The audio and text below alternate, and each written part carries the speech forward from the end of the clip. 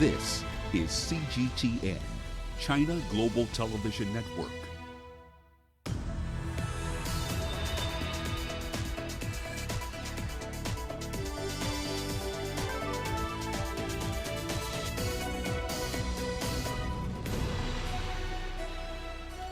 Hello there, welcome to this edition of Global Business Africa. In the course of the hour, we'll run through all the business news stories you need to know about from Africa and beyond. But first, let's start with a run through the markets here for you. So at the end of the week, Nation Media, arguably the largest media firm in Eastern Africa, had highest gains over the NSE, nearly 30% higher, but they've wildly underperformed compared to the rest of the market. The NSE 20 is down by at least 33%, but even with this recent bump, NMG shares have fallen by over 70% since the start of the year. Shares in the top two banks in the region, Kenya Commercial Bank and Equity, they also ended the week in negative territory, 7.3% and 8.7% lower. South African equities are the standout performance so far in the quarter. They're up by over 6%, followed by Nigerian equities. Kenya trails the pack with a 10.5% decline so far this quarter on the NSE 20. Here's what's coming up tonight. Unemployment levels soar in Nigeria as the country battles recession. We look at a lifeline for Kenyan small and medium-sized enterprises amid the fallout from the COVID-19 pandemic. And EU foreign ministers to meet over energy exploration rights in the Eastern Mediterranean. Let's start tonight's show, however, in West Africa, specifically Nigeria. According to the country's National Statistics Bureau, more than a quarter of Nigeria's entire workforce was simply not working in the second quarter of the year. The unemployment rate has soared to stand at 27.1% by the end of June compared to 23.1% in the third quarter of 2018. Second quarter unemployment among young people aged between 15 and 34 was pretty high, 34.9%.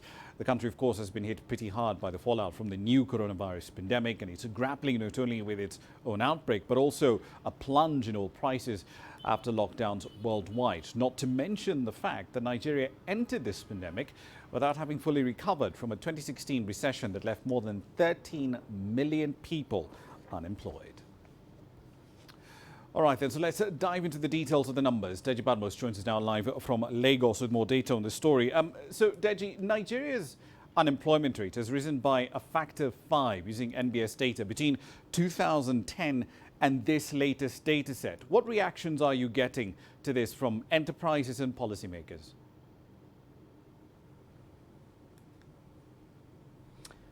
Well, Ramah, everyone I've spoken to, as a matter of fact, are not surprised. Nobody is surprised by the figure. As a matter of fact, some people said, some of the analysts I've actually spoken to said they thought it was going to be worse than what the NBA has actually released, but not a surprise at all, because everybody knows the effect the COVID-19 pandemic has had on this country. So not a bit of a surprise at all.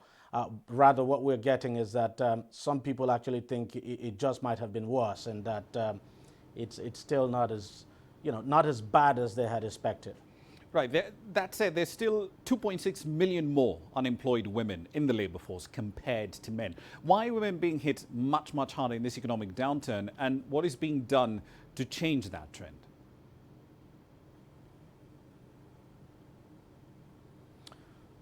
Well, Ramah, I think what we are seeing with that figure, I'm talking about the gender gap now, it's basically a reflection of the problem we have, gender discrimination in the society at large. So, and beyond the society, you also have discrimination against women along religious lines, cultural lines, and all of that. So that's exactly what is actually playing out here. Unfortunately, I would say the government isn't doing, well, maybe I wouldn't say, I would say the government isn't doing much at all to address the problem. As we speak today, in some parts of the country, we all know, not just in Nigeria, even across Africa, the girl child, for instance, is not allowed in some places to go to school. They're based on in some cases, they're actually married off at an early age. They are not given equal opportunities as the male child. So all of that now is what we're seeing. And even in workplaces too, you have this discrimination. Industry, you have this discrimination. You have certain areas, for instance, certain industries that women are not, women actually do not have equal access as men. And unfortunately, even in government too, we see this. And I'll give you a clear example. Take, for instance, Parliament, Nigeria's Parliament. We have around 496 lawmakers in Parliament, and as we speak today, out of that 496, only 21 are actually women. In President Buhari's cabinet, we have only 7 female, and maybe just 2 or 3 of them actually are holding important senior cabinet positions. So it's really a problem that the discrimination is clearly affecting women, and that's what we're beginning, that's what is actually coming out now through these figures being released by the Bureau of Statistics. Indeed, certainly worth deep examination. One last question for you. The World Bank had warned that this pandemic would be much, much worse in terms of its effect on jobs compared to the 2016 recession, and that left 13 million people out of the job market. How much worse do economists in Nigeria think this could get?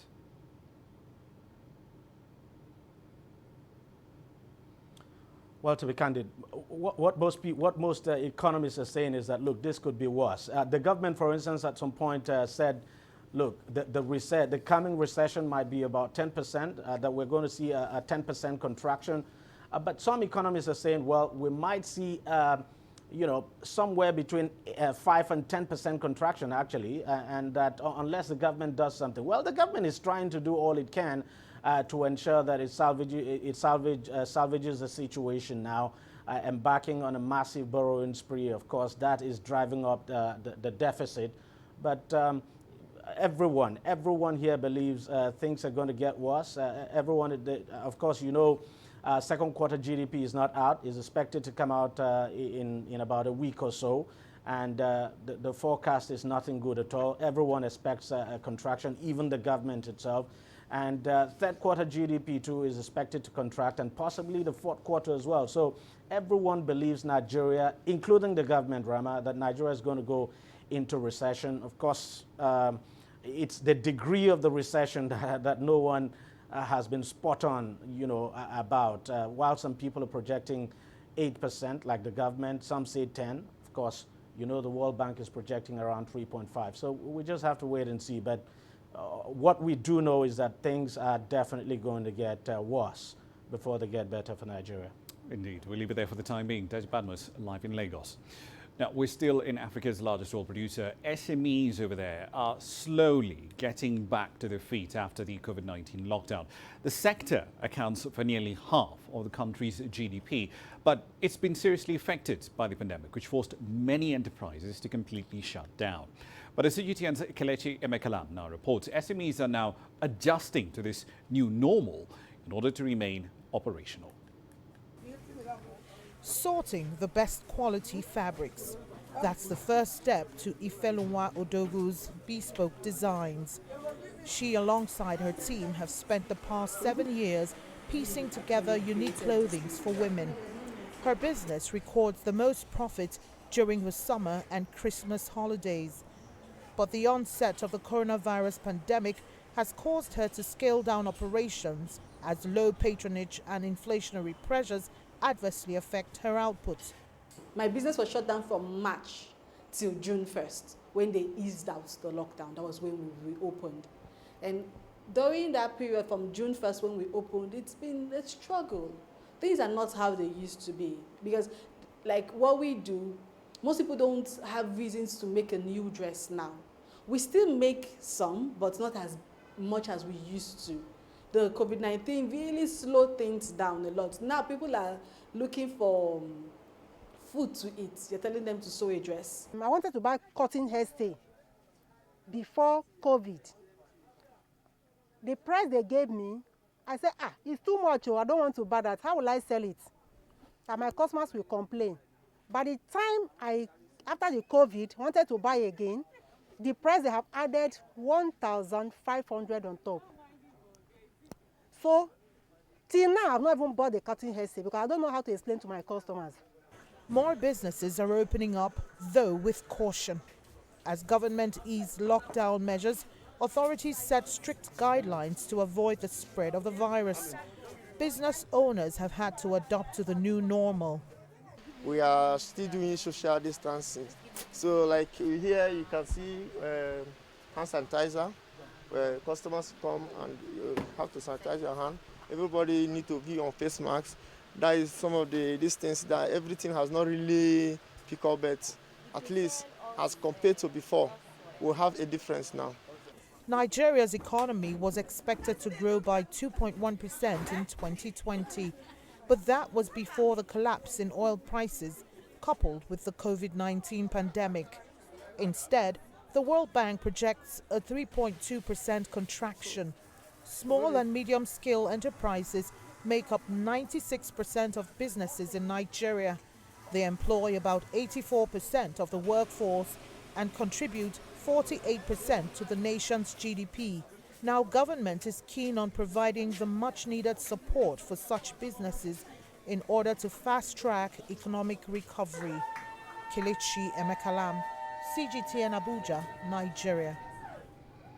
South Africa's liquor industry continues to suffer due to the ban on alcohol sales. Two beer giants in the country have essentially canned capital investments worth over $780 million planned for this year, and that's leaving the industry in a lot more turmoil. Consul Glass, which essentially is a B2B supplier of these entities, it's also cancelled an $80 million project. Over 118,000 jobs have been lost in South Africa since the initial ban on alcohol sales was implemented back in March.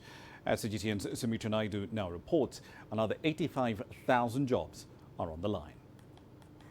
The SA liquor industry, which contributes around 3% to GDP, is struggling to survive. Consul has shelved its plans to build a new glass factory in Johannesburg due to declining demand. SAB2 says it cannot go ahead with its expansion plans. We're now into over 90 days of not being able to trade, and the uncertainty both within the economy as well as within our industry for when we will be able to trade again. We've had to cancel many of those projects which will not be needed, and we're also not being able to bring any revenue in. We're also looking to make sure that we preserve cash to make good on our commitments both to our employees and to our partners throughout the value chain. South African breweries may also cancel its capital investment plan for 2021. The total investment for this year and next year is in the region of $286 million. Direct jobs that would be within our own organization, but there's many knock-on effects that go back through the value chain. We're disappointed that we're at a stage now where we're unable to make those investments, but it's the prudent thing to do given the situation that we face. Heineken South Africa says it will also halt its projects. The beer maker had plans to build a new brewery in Durban in the KwaZulu-Natal province. That project was in the range of R1 billion, just over R1 billion. Of course, it was going to be a project that we build over a period of time. So potential jobs that would have been realized with this project that has been put on hold would have been direct full-time jobs of 400 and indirect full-time jobs of 1,200. There's still no clarity on when the ban will be lifted. In the meantime, the entire liquor industry value chain is being affected. The beer industry actually anchors some of the packaging businesses or companies in South Africa. Our bottle manufacturers are also badly affected by the ban, as well as our metal packaging partners. So the guys who do our cans, but also the waste pickers. They make more money with bottle collection than they would do with paper or any other waste material.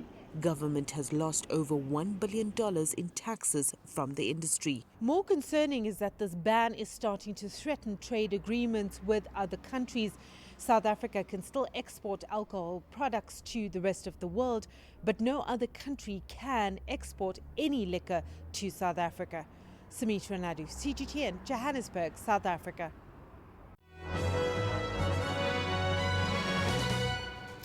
All right, then a quick run through some company news. Let's start in retail. Woolworths says it expects earnings to drop by as much as 70% in the fiscal year ending in June, citing the impact of the pandemic and a change in accounting standards too.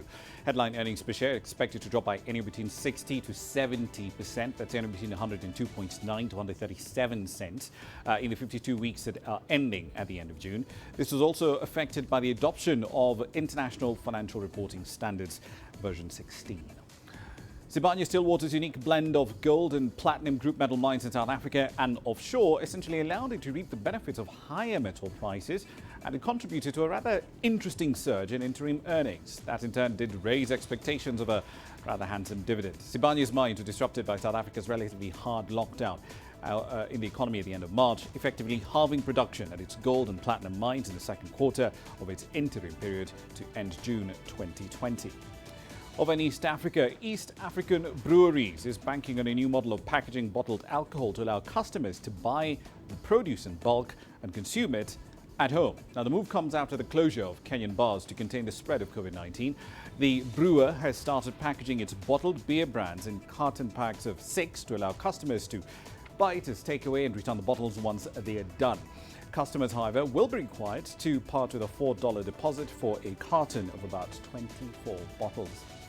And finally, the online retail giant Amazon has launched an internet pharmacy in India, marking its entry into that country's online medicine market. Amazon Pharmacy, as it's known, will make its debut in Bangalore. It may eventually roll out to other cities in India. The move comes as the online drugs retail business has been given quite the boost during this pandemic. That's a run through your company headlines.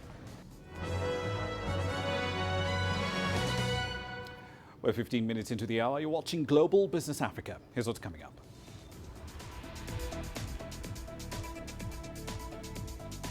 We'll look at a funding lifeline for Kenyan SMEs amid the fallout from the COVID-19 pandemic.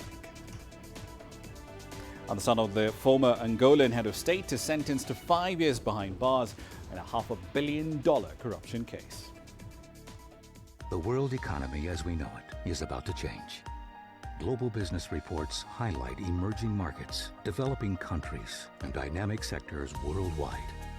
We feature top analysts and newsmakers to provide perspectives on every facet of business. From an on-the-ground perspective, we provide you with balanced and objective assessments. Fast, sharp, and insightful. Global Business, only on CGTN. There's more to this place than just glorious landscapes. There's more to it than just, say, Table Mountain or glorious, endless salt flats. There's more to it than countries that are home to some of the deepest mines in the world. There is so much more to this place, even if it is home to some of the finest diamonds on the planet. It is the sheer diversity of the people who call Southern Africa home and the relentless drive to make it a better place that make it so special. And we know that because this too is home.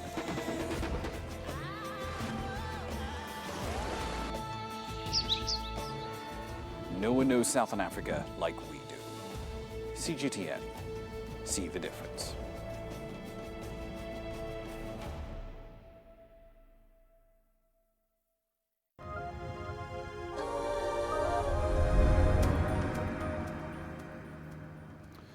Welcome back. Let's head over to East Africa. The Kenya Private Sector Alliance and US-based MasterCard Foundation have launched a fund that's designed to provide credit facilities, essentially, to a maximum of 400 micro, small and medium-sized enterprises whose businesses have been affected pretty badly by the COVID-19 pandemic. Now, these facilities will be interest-free and repayable in about 6 months. The fund has been created through support from the MasterCard Foundation COVID-19 Recovery and Resilience Program. It's targeting businesses that find it difficult to access funding from formal lending institutions like banks and microfinanciers. Priority will be given to enterprises being run by women and young people.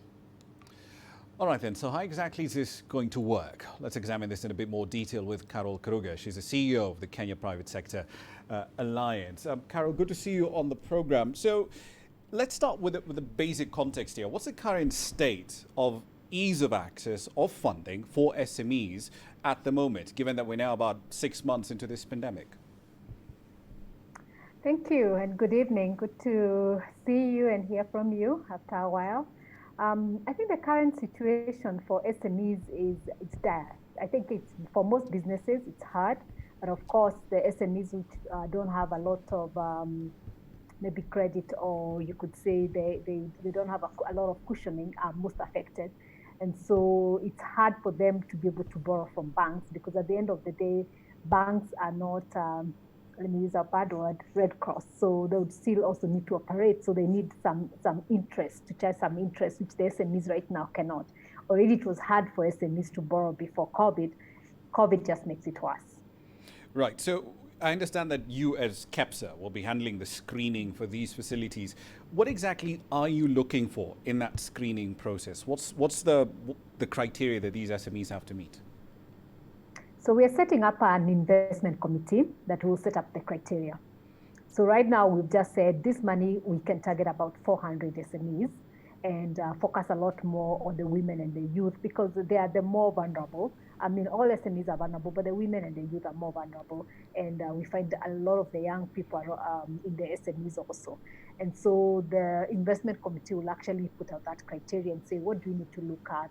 And also because at the end of the day, it's still a loan, interest-free, but it needs to be repaid at least in the next 180 days. So we'll also need to look at some sustainability of the business in terms of what are they really, really doing right now? And looking at the environment of COVID, can this business survive in the next 6 months to 1 year? So that's just one of the credibility but that we'll be looking at.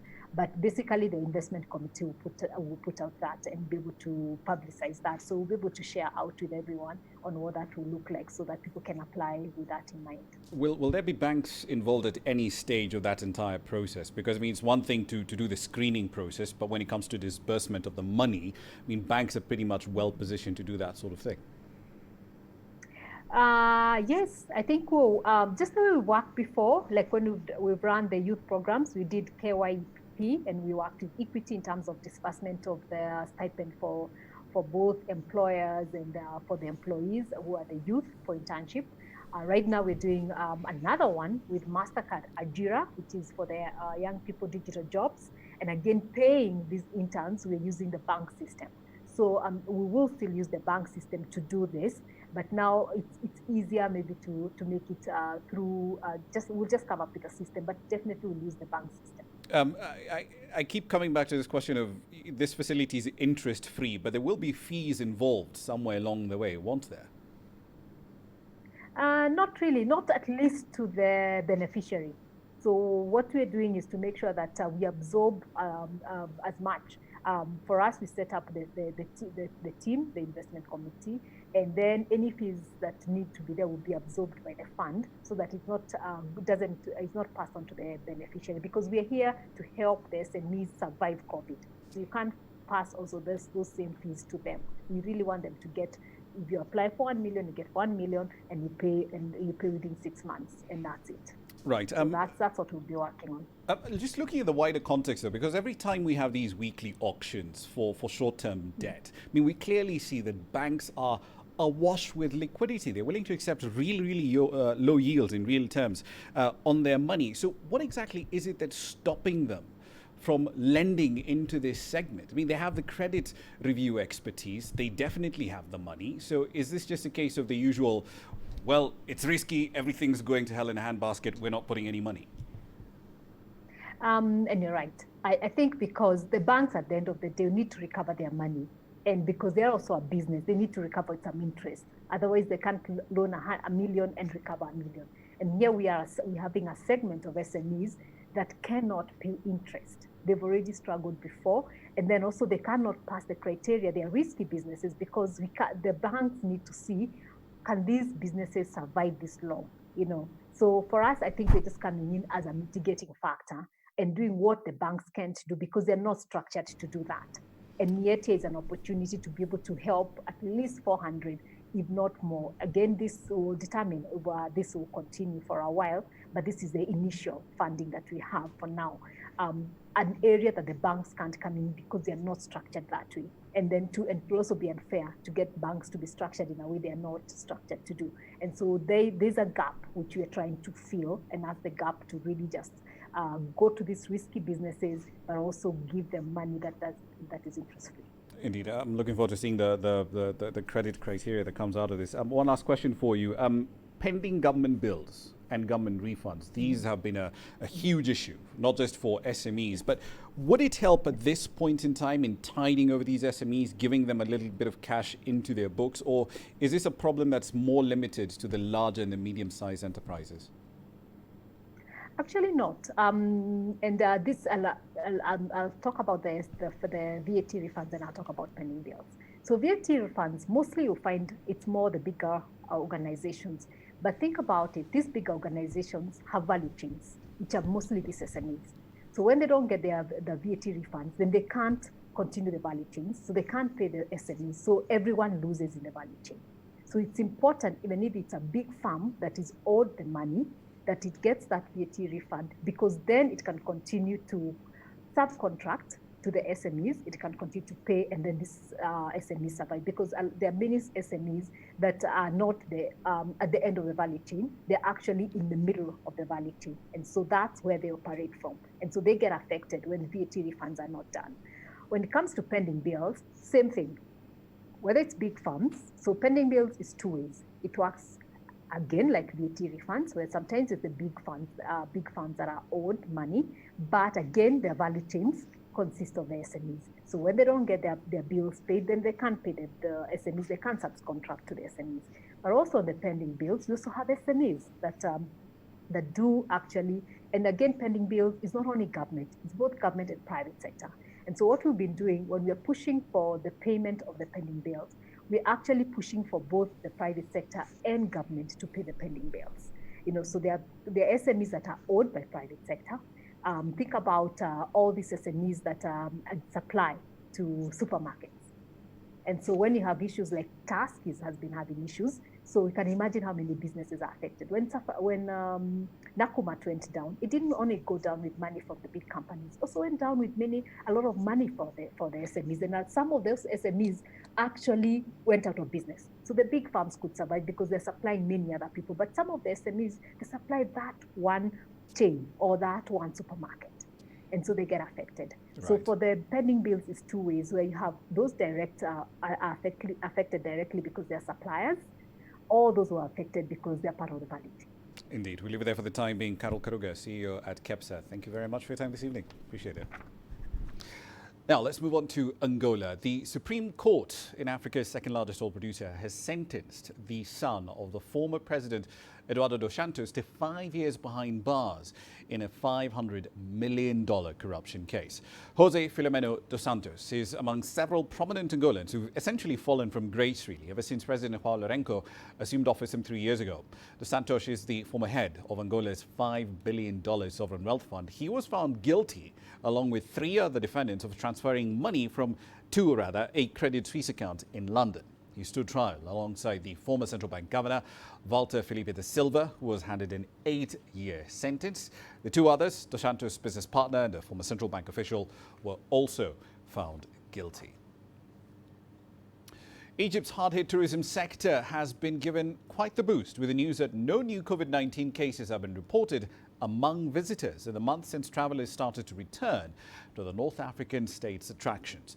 Egypt suspended virtually all passenger air traffic for roughly 100 days as part of wide-ranging measures designed to deal with the pandemic. Here's CGTN's Yasser Hakim with the details from Cairo. It's been a promising period for tourism in Egypt. According to the Ministry of Tourism, 86,000 tourists arrived to the North African country since July 1st, and they have all returned home virus-free.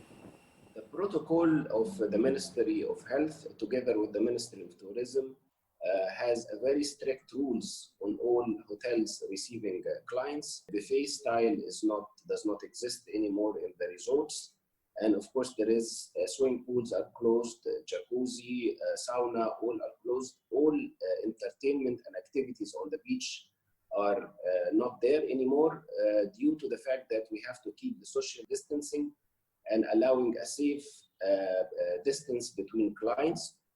Of course, rooms has the maximum capacity of 2 people inside the room. And of course, everywhere is sanitized and rooms cannot be checked in before at least 24 hours after the last checkout.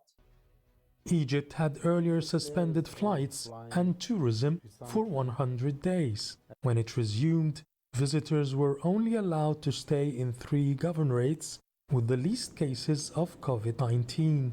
They are Matruh, South Sinai, and the Red Sea, which include the popular resort cities of Sharm el-Sheikh and Hurghada.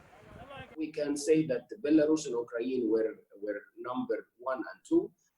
Still to Hurghada, we received Swiss, Hungarian, and Serbian clients to Hurghada. We are having very high hopes that having a safe destination will attract more and more tourists from different parts of Europe. Some experts believe tourism could witness a boom in October, as the important UK, German, and Italian markets are expected to return to Egypt in large numbers. Yes, Hakim, CGTN, Cairo. South Sudan Central Bank says it has started to buy gold bullion from local miners, and it set aside $5.5 million, in fact, to buy bullion for its gold reserves. Africa's youngest state is heavily reliant on crude oil sales in order to fund government operations and bring in foreign currency earnings. But a collapse in oil prices has seen its foreign currency reserves and earnings essentially evaporate. From Juba, here's CGTN's Patrick Oyet. The Bank of South Sudan says it is building its reserves and it has already begun buying gold from 3 different locations within South Sudan. The country has several sites for artisanal and small-scale gold mining, which are being eyed for the deposits. We want to do it as fast as possible. When we reach a situation that we have got enough crude gold, then we shall have to think of a mini refinery to refine this gold. The central bank says holding gold in addition to cash reserves gives the economy extra stability, and it says if South Sudan wants to borrow money from another financial institution or country, the bank could use gold as collateral. However, some economists in South Sudan say purchasing gold could take the central bank's focus of its central role. I say it's a policy that will not really benefit the government, because the central bank should be looking at other ways of improving the financial system, improving the financial sector, improving the exchange rate market, so that it generates the appetite for investors and even for small businesses to be able to carry out the business. And when they do that, then the government can make more revenue. Years of civil war have left South Sudan's economy in ruins. The 2018 peace deal is currently under implementation, and the Bank of South Sudan says the new government resulting from the peace deal needs funds. Peace is to be supported with money.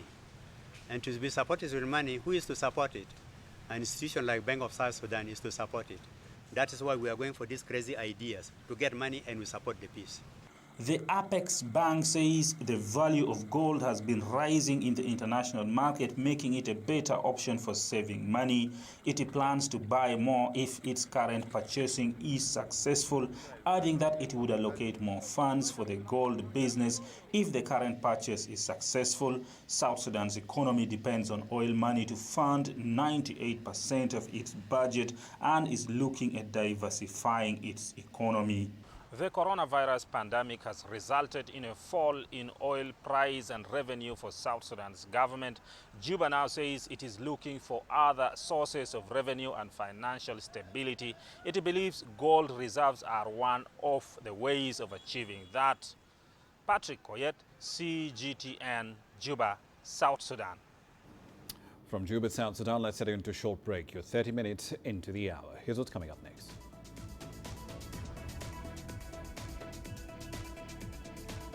EU foreign ministers to meet over energy exploration rights in the Eastern Mediterranean. And New Zealand has extended the lockdown in Auckland as COVID-19 cases grow.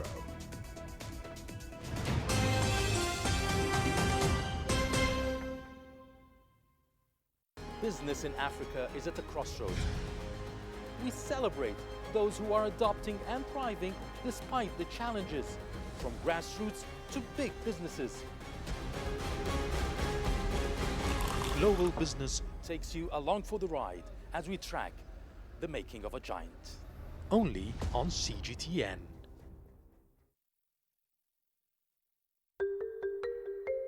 How will your world change today? What happens here? What happens there?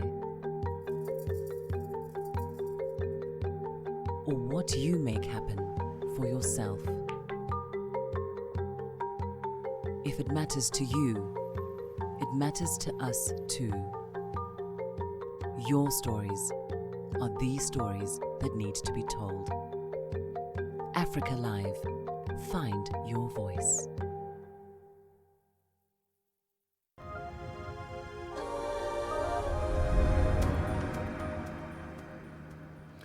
Welcome back to the program. EU foreign ministers are scheduled to meet today. An emergency meeting was called by Greece amid disputes with her neighbour, Turkey, over energy exploration rights in the eastern Mediterranean.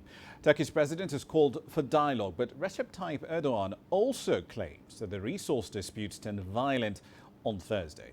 CGTN's Mikhail Bardavid reports from Istanbul.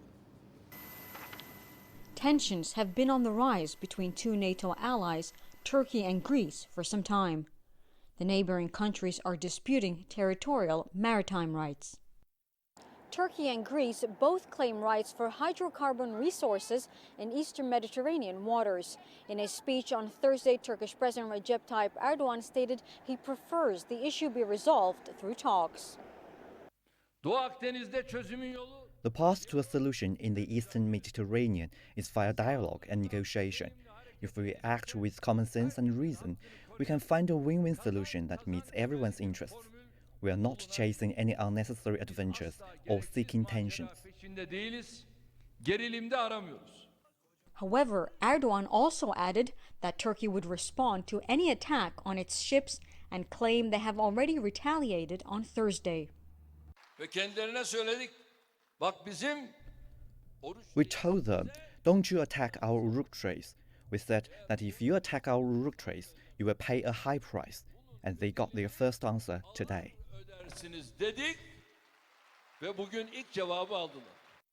On August 10th, Ankara issued a maritime advisory known as NAVTEX for seismic surveys and deployed its exploration vessel Oruç to a disputed area near the Greek island of Castellorizo. The move was criticized by Athens, which then called for the emergency EU Foreign Affairs meeting. However, Turkey accuses Greece of triggering the crisis. In July, Ankara issued a similar navigation telex, but had put it on hold following an intervention by Germany. However, Turkey decided to move ahead with its exploration efforts in the area in response to an announcement on August 6th that Greece and Egypt signed a maritime agreement designating an exclusive economic zone in the eastern Mediterranean Sea. Ankara signed a similar agreement with Libya's Government of National Accord. Turkey and Greece have both labeled the other maritime deals as null and void. Greece has a strong alliance with France on the issue. The two countries carried out military training exercises near the Greek island of Crete. European Commission Foreign Affairs spokesman Peter Stano called the latest dispute between Turkey and Greece extremely worrying. What needs to be avoided here is that this political tension turns into a military tension. And as long as this conflict exists, it's not possible to rule out this possibility. Turkey is not signatory to the 1982 United Nations Convention on the Law of the Sea, an agreement in which Article 121 states islands are treated with the same principles to other territories. This issue is what Ankara disputes and complicates the resolution of the Greek-Turkey conflict on maritime disagreements. Mikhail Bardavid, CGTN, Istanbul. On to New Zealand now. A lockdown in the largest city over there, Auckland, has been extended for another 12 days. This comes in a bid to identify and isolate a recent cluster of COVID-19 infections. At least 30 people are now known to have been infected. Before this, the island nation had marked over 100 days of zero local transmissions. Here's CGTN's Owen Poland with the latest. It was only last weekend. Rugby fans were enjoying New Zealand's COVID-free lifestyle. Others went to the gym and the ski fields, until there was an unwelcome reality check. After 102 days, we have our first cases of COVID-19 outside of a managed isolation or quarantine facility in New Zealand. Within 24 hours, the nation's largest city of Auckland was plunged back into lockdown. With schools and non-essential businesses closed, it was back to empty streets and walks on the beach, while health officials desperately tried to contain the outbreak. Very glad that the government has moved quickly. It's the right thing to do. So, yeah, stressful, but I think we'll be okay. The stress was obvious, as thousands waited for hours to get tested for the virus. Let me be clear here, there is no blame or shame in having COVID-19. The virus is the problem, not people who have contracted it. Behind the scenes, health workers were rapidly tracing an estimated 800 people, potentially connected to an infected family of just 4 people. As we all learnt from our first experience with COVID, once you identify a cluster, it grows before it slows. Sure enough, the number of cases has surged, from 4 on Tuesday to 30 on Friday, with more predicted. Up to about 100 active cases. Professor Sean Hendy is a modelling expert, simulating the spread of the virus across the entire population of 5 million. We can track the spread of a disease through the country. That's what we're doing at the moment. We're using the country's supercomputing capacity to really use these high-resolution simulations to give us an idea of the spread. In addition to fighting COVID-19, the government also has a general election to fight in 5 weeks' time on September the 19th. However, opposition political parties have called on the Prime Minister to postpone that election until at least November because of the latest virus outbreak and lockdowns. Advance voting is scheduled to start in just 3 weeks, but campaigning has paused until the government knows more about the COVID outbreak. I know that the virus re-emerging in our community has caused alarm, and the unknown is scary. It causes anxiety for many of us.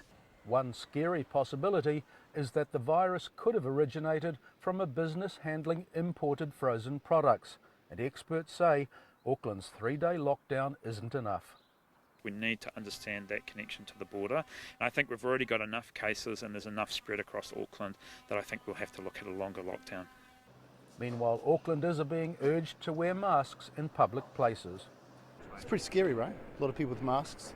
And if the second wave has hit New Zealand, mask wearing is probably here to stay. Owen Poland, CGTN, Auckland. Demand for luxury goods in China is still relatively strong despite the economic damage done by the COVID-19 pandemic.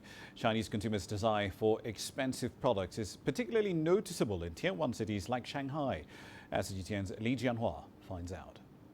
Diamond, a traditional luxury commodity, now witnessing a comeback in the Chinese market. Sales of this company, specializing in the rare gem, have seen a sharp rise of 200% year-on-year for the second quarter of 2020. The demand of Chinese consumers for luxury products has surged, and the coronavirus is largely contained in China. This is part of China's consumption upgrade. The Chinese now have a higher demand for a high-quality life and jewelry in short supply with a high collection value. So foreign luxury brands are eyeing to get into China and expand their business here. French brand Korloff, through the French Embassy and the second CIIE, has strategically cooperating with us. The picture for the sale of luxury goods in the first quarter of 2020 was shoddy. Multiple international brands experienced a sharp decline, and it's estimated the market for personal luxury goods may contract by 20 to 35% for the whole year. Another company predicts sales of luxury products in China may increase by 10%. Some consider it's high time to break into the Chinese market. Chief among them, the Ginza, a high-end cosmetic product, will debut at this year's China International Import Expo in November. In China, the Japanese brand's online sales for high-end cosmetic products have seen year-on-year growth of 150% in the second quarter. We believe Chinese cosmetic market will be a #1 market in the world. But after the pandemic, the consumers movement is started. So we are more focus on cross-marketing, cross-border marketing. So of course, Japan and China and other markets is more incorporated. There have been high demands for luxury products in Shanghai since March, when the virus was mostly contained in the city. COVID-19 may have hit the Chinese economy hard this year, but sales of luxury goods have surged. This is partially driven by domestic consumers unable or unwilling to go abroad throughout the pandemic. As a result, an increasing number of international brands are working hard to snap up a share of the Chinese market, and this year may witness a fierce competition among those brands. Li Jianhua, CGTN, Shanghai. Authorities in the UK have rolled out a rescue package for the country's world-renowned theatre industry, which has been battered by the COVID-19 pandemic. Now, the crisis has already knocked out some theatres, even as some other, shall we say, unconventional players who got into the industry right after lockdown are seeing some gains. Only a short while ago, West End theatres were packed with drama fans from all over the world. Now, empty theatres are either struggling or changing their way of thinking. 4 out of 50 theatres in London's West End have announced they are to close permanently since the capital's lockdown. These include the legendary Phantom of the Opera. According to the theatre body SOT, 70% of theatres will run out of money by the end of the year if they don't get any help. That's why the £1.57 billion rescue package from the UK government is so crucial. So the £1.57 billion is split down in many different ways. There's some money for building projects that are already underway that need extra money because of obviously the extra time that's been added in due to the pandemic. There's money that automatically goes to other parts of the UK, to Scotland, Wales and Northern Ireland under their devolution settlements. And there's various other things for national museums and things like that. So you end up with about 1.15 billion that's purely for arts and culture. Most of that will be grants. Some of it will be in the form of repayable loans.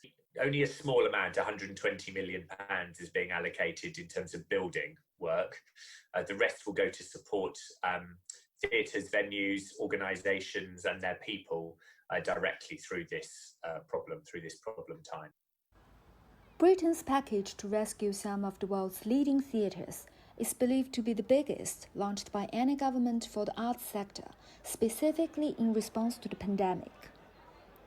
While some of the traditional players are just preparing to reopen in mid-August, according to government guidelines, others only decided to step into the industry in less conventional ways right after the lockdown began. We started building this project once the lockdown happened in London. They started, I think, first week of April was the day that they got the idea to build a drive-in, and it took about 8 weeks to build, plan and build, and we opened on the 1st of July. So yeah, it was the whole idea of the drive-in was to build a space that during this time of the pandemic where everything's closed, where we can restart the arts and restart live entertainment for people, which is so important to so many people. Before doing this, Chris worked for a traditional theatre in London's West End. As the pandemic ebbed and flowed, the venue still remains closed for safety. Chris, like all the theatre's 55 staff, lost his job due to the pandemic. But luckily, the 302 parking spots of this drive-in theatre have been full most of the time since it opened. It's something that we've been wanting to do for quite a while, and luckily we're local, so it's something that's come close to us, so I thought we'd try out something new. Well, we are a creative industry at heart, aren't we? That's the great nature of it. We have great people thinking great things and solutions based. So, I have huge confidence that the UK's theatre industry will get back to being the world-leading industry that it was just 4 months ago. The UK theatre industry provides 300,000 jobs and contributes £3 billion to the UK economy every year. But with 1 meter social distancing, theatres can only sell 1/3 of their seats for every show. Facing all these uncertainties caused by COVID-19, it's a question of either asking for help or being creative and finding new opportunities. CGTN, London. Right, then a quick run through commodity prices here for you. So Brent crude, it's been posting a steady run of incremental gains ever since the start of July. Even taking into account today's dip, down about 0.4% to 44.79. Brent has risen by at least 6% in the last 6 weeks. Baker Hughes rig count data out in the last couple of hours. So far this year, the number of active oil rigs in the US has fallen by nearly 75%. 505 units going entirely online. There's a fairly good bet that a bunch of that essentially shale drillers. Spot gold's blistering run of gains over that period really hasn't regained steam. About 0.6% lower at 1624 GMT, just $1,941 per ounce. And of course, cocoa futures have also risen steeply since the end of July, hitting a 2-month high in London earlier today. In part, that's driven by supply jitters ahead of the country's elections in October. Here's what's coming up next.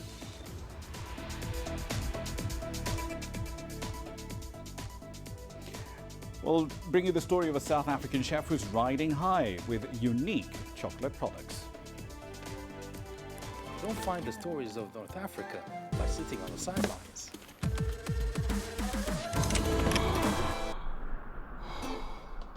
No one else will take you where we can in North Africa. And no one else will show you what it's all about. CGTN, see the difference. My family has been doing this artwork for the past 600 years.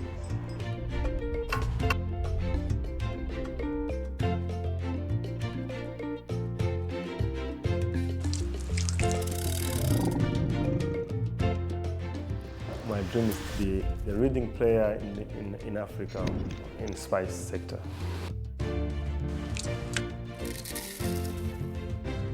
Nobody in the region consumes it. Even me cannot afford the vanilla cooking.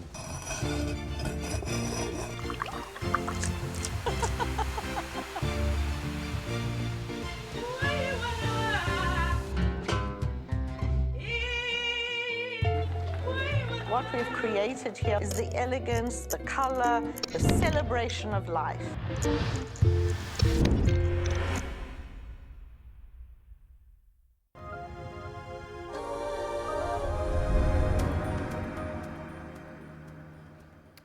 Let's return to our Made in Africa series. The idea of what makes a product uniquely African in some quarters is constantly evolving, with taglines like seriously Belgian or naturally African.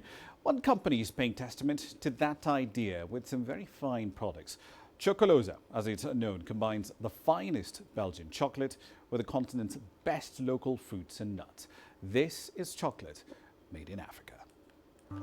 Really based Chocolosa here at 44 Stanley, what is an oasis in Johannesburg. Yes, I'm so passionate about our country. We have so much talent here. You build people and they build the business.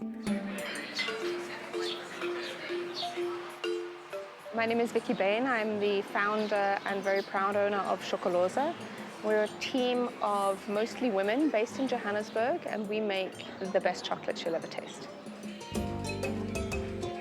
I have a background in environmental law and sustainability, and my career took me to Belgium. While I was in Belgium, I tasted chocolate that I loved the taste of. And I went to the person who made it and I said to him, I hope you're not offended, but why do I love your chocolate so much? And he laughed and he wasn't offended, but he said to me, look, we don't put much sugar in them and we make them fresh. And that's what we try to do now, is make them with very little sugar, fresh, real, local ingredients. Yes, Belgium makes the best chocolate you can imagine, but us in South Africa, we make the best quality fruit and nuts and dairy. People come from all over the country and they'll come to us because we don't use palm oil, we don't use artificial flavors, and we don't use preservatives. But more importantly than that, our seriously Belgian, naturally African story is about sourcing. So yes, we use Belgian chocolates, but everything else is local. We use the best quality raspberries from the Fieldberry farm. We use Bean There coffee because it's the best quality you can get. And that's the combination. So our slogan is seriously Belgian, naturally African. It allows us to use fresh quality, amazing fruits from our amazing country. Whenever you go and you buy amazing quality fruits at a market, how wonderful that us as South Africans can have that, and it's not all exported. It's absolutely important to keep something premium in our country. One of the things that drives me crazy as a South African is we have a bit of an inferiority complex sometimes. We tend to think that imported things are better. We are very proudly artisanal. The challenges and the surprises of sort of doing high-quality chocolate in Africa have been, when I started looking for staff in 2015, there were no real trained chocolatiers. I deliberately looked for people that were passionate and wanted to grow and wanted to learn, and that's what our team is now made of. If I wanted to start a business, I wanted to share my skills with other people and impact other families. I'm so passionate about our country. We have so much talent here. One of our chocolatiers used to be a domestic worker. She used to clean houses, and she's now one of the best chocolatiers in the country, and it's wonderful to see that. And I watch her, and she's now training other new chocolatiers that have come in. We've got 29% unemployment in our country, and there's 13 of us making a difference, not just to our customers, but to their families as well. It's wonderful to see people who 3 years ago didn't know anything about chocolate bring in customers in who also maybe 5-10 years ago also didn't know anything about high quality chocolate either. At the moment, Chocolose is a very South African brand. We deliberately don't have an international presence. And the reason we don't have an international presence is because the longer you keep your chocolates, the more compromises you have to make on quality. So if you want a 12-month shelf life, which can be shipped around the world, you have to add more sugar. You cannot use Mama Lungi's raspberries from down the road. You need to apply certain techniques to extend that shelf life, and that's not what we're about. So we don't export at the moment. We're focusing on the South African market. We're not about mass import and mass consumption. Our chocolates are good for 3 weeks or so, and I'm okay with that because it allows us to use fresh, quality, amazing fruits from our amazing country. We're proud to be able to do that. So my dream for the country and the business is people that I have trained, training other people, and that we can grow, but we need to grow true to our values and not compromising on that, so that we can employ more people and change more people's lives, but also introduce more South Africans to great quality chocolate.